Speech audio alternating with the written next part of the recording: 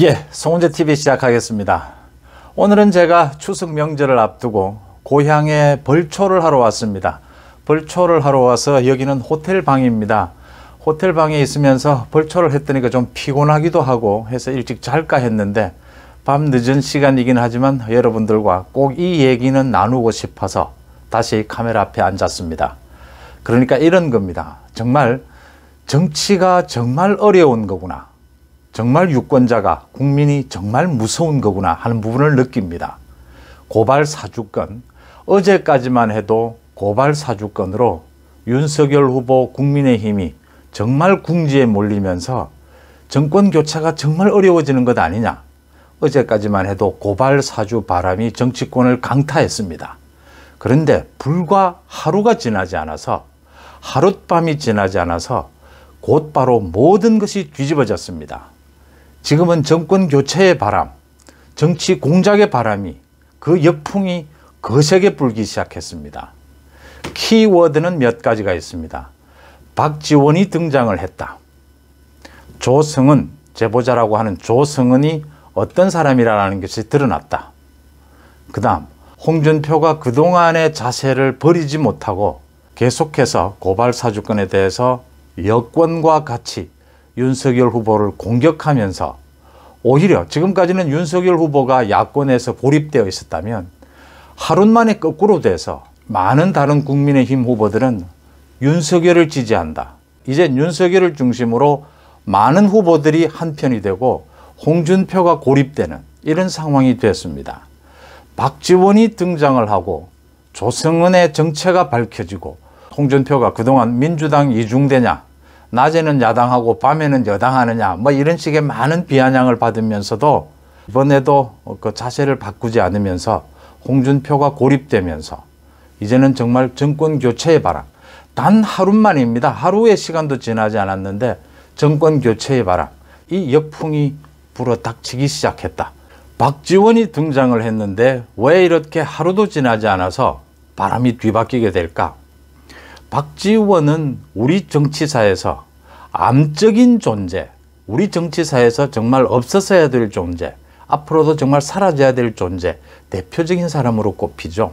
어떤 일을 하든 국가나 조직 전체보다는 언제나 자신의 이익을 위해서 조작하고 공작하고 뒤에서 뭔가를 꾸미고 청산해야 될 정치의 암적 존재로 꼽혔죠. 박지원이 대선 전국에 나타나긴 할 것이다. 정치권에서의 예상이었습니다. 어디에서 나타나느냐? 국정원장인 만큼 내년에 남북정상회담, 어떤 형태로든지 남북정상회담이라는 카드를 들고 대선 전국에 나타나게 될 것이다. 박지원의 몫은 그것 아니겠느냐? 문재인이 박지원을 모를 리가 없고 박지원이 문재인을 그렇게까지 공격하고 그렇게까지 비난을 했는데도 할 수 없이 박지원을 국정원장에 임명한 것은 남북정상회담 대선을 앞두고 그 카드 보고 임명한 것이다 라는 거였죠.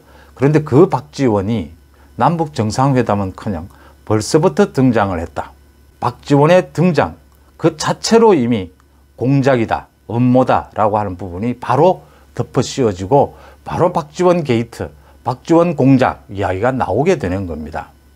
그 다음 또 중요한 것이 조성은, 이 조성은이라는 이 제보자에 대해서는 그동안 5번이나 정당을 옮기게 되고 박지원에 대해서 애틋하다는 마음을 SNS에 글에 올린 적도 있고 박지원을 자신의 정치의 멘토로 삼고 있고 또 이미 이전에도 제보 조작을 한 적도 있고 이렇게 말썽이 많은 조성은 씨가 이번 제보자냐? 라는 것이 며칠 전에 드러날 때부터 많은 사람들이 고개를 갸우뚱했습니다. 조성은이 이런 일을 저지를, 이런 나쁜 일이지만 이 나쁜 일도 저지를 깜냥도 되지를 않는다라는 겁니다. 이게 만약 조성은이 저질렀다면 민주당이 저렇게 설치고 나설 리가 없다. 조성은은 여야를 통틀어서 정치권 전체에서 물론 나이도 있지만 이제 33살이죠. 나이도 있지만 이런 깜냥조차 되지 않는다. 나쁜 짓을 할. 그래서 저도 계속해서 지금 조성은 뒤에 누군가가 있을 것이다. 조성은이 아닌 누군가가 있을 것이다. 지금 그게 박지원이 아니냐. 그러지 않고서야 여권이 뭘 믿고 저렇게 대대적으로 나서서 벌떼처럼 나서서 윤석열 죽이기에 나설 수가 있느냐, 뒷감당이 되겠느냐 하는 부분이었습니다. 이 부분 좀 더 지켜봐야 되고요. 조성은의 말은 이미 신뢰가 없습니다. 이 지금 신뢰가 없는 것이 아니라 오래전부터 조성은은 뭔가 같이 일을 할, 뭐 나쁜 일이든 좋은 일이든 그걸 할 깜냥이 되지 않는다라는 부분이고요. 대선 전국에서 유력한 대선 후보에 대해서 권력, 집권층이 건드리는 것은 굉장히 폭발성, 위험성이 높다라고 하는 부분입니다. 그러니까 일반적으로 이런 일이 생겼을 경우에 손준성 검사까지를 입건합니다.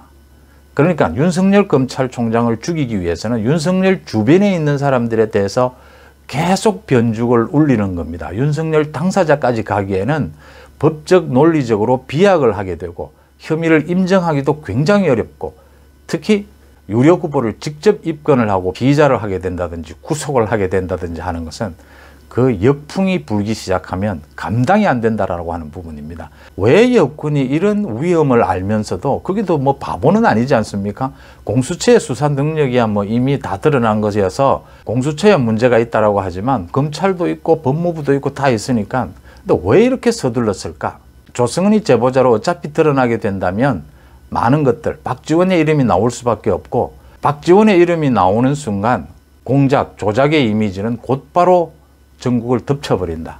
그러니까 하루 전에 무리를 해서라도 윤석열 검찰총장에 대해서, 공수처가 이런 말을 했지 않습니까? 언론이 윤석열에 대해서 의혹을 조사하라고 하고 국민들이 알고 싶어 하니까 윤석열 검찰총장을 피의자로 입건하지 않을 수 없었다. 말도 안 되는 소리를 떠드는 겁니다. 왜 말도 안 되는 소리를 떠드느냐? 제보자와 박지원의 이름이 나오기 전에 빨리 윤석열까지를 어떤 형태로든지 정치적 타격을 주지 않으면 위험하다라고 하는 부분인 겁니다. 그렇게 서두르다 보니까 이렇게 엉성한 짓을 하게 되고 당연히 역풍을 맞게 되는 겁니다. 제보자인 조성은 씨가 제보를 하고 난 뒤에 박지원 국정원장을 서울 시내 아주 고급 호텔, 그것도 아주 높은 층에 고급 식당, 뭐 한 끼에 30만 원 가까이 한다는 식사, 이런 식사들을 즐겼다. 그 다음 자주 만나는 사이였다. 박지원이 조성은을 만나서 또 정치 이야기는 하지 않았다고 해요. 특히 윤석열 이야기는 더 하지 않았다고 해요. 정치 이야기를 하지 않으면 박지원과 조성은이 도대체 그렇게 자주 만나서 무슨 이야기를 했느냐라는 것도 또 의혹입니다. 그래서 뭐 언론들마다 밀회를 즐겼느냐 이러는데, 밀회가 뭐 이게 밀회가 되는 건지는 잘 모르겠습니다만, 박지원을 만난 것은 이건 누가 봐도 공작에 대한 코치를 받았다라고 의심을 할 수밖에 없는 대목이죠. 우리 지금 정치권에서 공작, 조작 전문가가 박지원 아닙니까? 그 다음 지금 아까도 말씀드렸다시피 JTBC를 비롯해서 지금 많은 방송, 또 여권의 신문들이 앞뒤 가리지 않고 의혹을 부풀리고 윤석열을 공격합니다. 고발 사주권이 정말 뭐가 있는 것처럼 계속해서, 이 조성은이라는 사람은 이미 정치권에서 여든 야든 도대체 그 말을 들어볼 가치조차 없다, 이렇게 결론이 이미 나 있는 사람에 대해서 그 말 그대로를 계속해서 보도를 합니다. JTBC처럼. 왜 이럴까? 지금 여권 쪽 언론을 비롯해서 언론 전체에 대한 영향력, 박지원만한 사람이 없다고들 얘기를 하죠. 또 언론을 동원하고 각종 공작과 조작을 하는 부분에 있어서 박지원의 코치는 필요했을 것이다. 나이로 보나 뭘로 보나 국정원장이 이 조성은이를 그렇게 자주 고급 호텔에서 그렇게 자주 만나야 될 일이 뭐가 있었겠느냐. 국민의힘의 다른 후보들의 반응이 너무나 고무적입니다. 원희룡은 대선을 앞둔 시점에 국정원장이 정치 개입을 넘어 정치 공작, 공모 의심을 받을 행동을 자초했다. 국정원장으로서 있을 수 없는, 경악할 만한 일이다 라고 했고요. 유승민도 현직 국정원장이 등장하여 또 다른 의혹을 키우고 있다라고 지적을 했고, 국정원장이 국내 정치에 개입했다면 명백한 불법으로 국정원장에 대해서 책임을 물어야 한다라고 했고요. 하태경 후보도 고위공직자범죄수사처는 박 원장을 즉각 입건하고 정치공작 의혹에 대해서도 신속한 수사에 나서라. 하태경은 또 이런 말을 했습니다.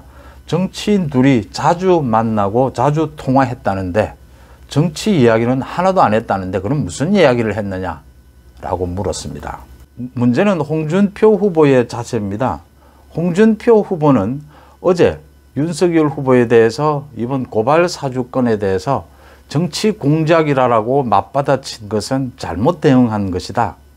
자신이라면 그렇게 대응하지 않고 사실을 있는 그대로 좀 밝히고 추미애 장관으로부터 탄압받던 그런 부분들을 상기시켰을 것이다. 그러니까 좀 타협적으로 임했을 것이다. 이런 말을 했다가 오늘은 또 이랬습니다. 고발 사주 의혹이 사실이라면 공작이 아닌 범죄라고 했습니다. 이 홍준표 후보의 말입니다. 민주당보다 오히려 더하지 않습니까? 지금 범죄라고 했습니다. 홍준표는 팩트가 있다면 이건 공작이 아니다라고 주장을 하는 건데 정말 홍준표답지 않은 궤변이죠. 제가 말씀을 이미 드렸다시피 작은 팩트들은 있을 수 있습니다. 그 팩트들을 연결하고 조합해서 조작하고 왜곡하는 것이죠. 침소봉대하고. 언제나 정치 공작이나 왜곡은 그렇게 일어나는 겁니다. 정치 공작이나 왜곡 속에 모두가 거짓 가짜만 있는 것 아닙니다. 언제나 설득력을 가지려면 조그마한 사실들 이런 부분들은 있죠. 그걸 침소봉대하고 왜곡하는 겁니다. 홍준표가 이걸 모릅니까? 홍준표 후보에게 대묻습니다. 윤석열 후보들은 사실을 인정할 것은 인정하라는데 윤석열 후보가 지금 뭐 인정할 게 뭐가 있습니까? 지금 뭘 거리가 있어야 인정이라도 하죠. 그 말은 했지 않습니까? 내가 대검 검찰총장일 시절에 만약에 손준성 아니라 다른 검사라도 이런 짓을 했다면 내가 도의적인 책임은 지겠다. 사과하겠다. 그 이외에 윤석열 후보가 뭘 할 수 있단 말입니까? 이걸 정치 공작이라고 맞받아치지 않으면 홍준표 후보가 말하는 건 뭡니까? 홍준표 후보처럼 민주당의 애교라도 떨어야 합니까? 대깨문의 지지라도 호소해야 합니까? 그게 잘 대처하는 겁니까? 홍준표 후보는 그렇게 대처를 하십시오. 근데 윤석열 후보는 정권 교체를 하러 나온 사람입니다. 윤석열 후보가 오늘은 대구를 방문했는데 굉장히 많은 뜨거운 호응을 받았다고 하죠. 많은 시민들이 모였고 그 자리에서 윤석열 후보가 이렇게 이야기를 했습니다. 어떻게 저쪽에서 여권 쪽에서 총을 한 방 날리니까 바로 벌떼처럼 올라타 가지고 그렇게 합니까? 홍준표를 보고 한 이야기입니다. 그렇게 합니까? 민주당과 같이 그렇게 벌떼처럼 같이 나서서 자신을 공격하는 것이 맞느냐? 그 시민들 앞에서 윤석열 후보가 이야기를 했습니다. 젖 먹는 힘까지 다 짜내서 정말 정권 교체를 하겠다. 문재인 정권이 이렇기 때문에 지금 고발 사주건처럼 이렇게 엉성하게 정치 공작을 해도 좀 수준 있게 해라. 오죽하면 이런 엉성한 공작이 어디에 있느냐 이런 말까지 했습니다. 윤석열 후보가. 고맙습니다.